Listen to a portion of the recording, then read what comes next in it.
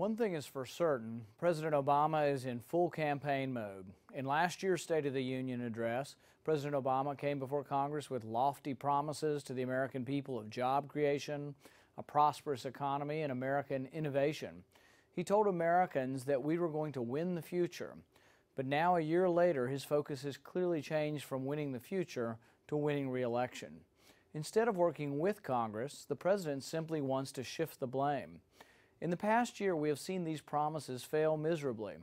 And while the president would like to blame the Republicans in Congress for inaction, the responsibility clearly lies on his shoulders. I, as well as other Republicans, have offered to help the president fix our country's debt problem, to fix our entitlement debacle. But the president seems more intent on riding his Canadian bus and bashing rich people than working with Congress to fix the nation's problems. While the president continues to blame Congress for America's current turmoil, the American people aren't blind to his runaway administration. They are starting to question the unnecessary spending and constricting regulations that have been implemented by his administration. Government is not the answer to all our economic and social ills, and the American people see that. The government's current spending is out of control. The debt is not just a bunch of numbers, it has a face and a name. Economists estimate that our debt is currently restraining the growth of our economy by about 1% and costing over 1 million jobs. Through his stimulus spending plans, the president is on course to add more debt than all 43 previous presidents combined. And yet, unemployment still lingers near 10%. Since the president took office, over 2 million new workers are out of work. Last week, President Obama was given the opportunity to turn America in the right direction. The Keystone Pipeline would instantly create thousands of jobs without costing the taxpayers a dime. It would also strengthen our alliance with neighboring Canada and wean our energy dependence from the Middle East. The Keystone Pipeline was in America's best interests. Yet the president rejected this pipeline and the American people by siding with the liberal environmentalists instead, just as he did with Solyndra. As we heard tonight, this president still believes big government is the answer. But the American people want the government to get out of their way. They want to be left alone. They want to run their businesses as they please without job-killing regulations and taxes suffocating their prosperity.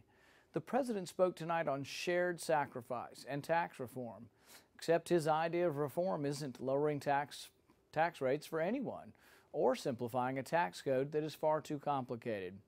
It isn't a reform based on fairness or common sense economics. Instead, President Obama's idea of tax reform is one built on the foundation of class envy. Our system of free enterprise rewards hard work, prosperity, and success, and that is what we should embrace. We should be proud of the system that has made our country the wealthiest and most humanitarian nation in the history of the world. The way forward is to embrace what we know works: decreased government spending, lower taxes, and a lessened regulatory burden. The EPA regulations alone that have been implemented by the Obama administration have cost over 5% of our annual GDP, the equivalent of the cost of our national security and homeland security combined. And since the EPA regulations have expanded, unemployment in America has increased by 33%. The president's vision for our America differs from ours. We believe, as President Reagan said in his inaugural address, that government is the problem, not the solution. Only by unleashing the greatness of American individualism can we grow our way out of this recession. I hope the president will come to understand this and that he will work with Republicans to get an overzealous federal government out of the way. When he gives up on bipartisanship, he gives up on our nation. Ultimately, we want representatives in Washington who respect and admire business, the free market, and the individual. That day cannot come soon enough. I continue to invite the president to work with us, as I have asked him on several times before.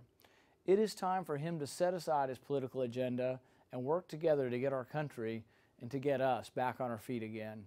Unless the president starts working with Congress on behalf of the prosperity of the American people, we can only assume his words tonight were no more than empty promises.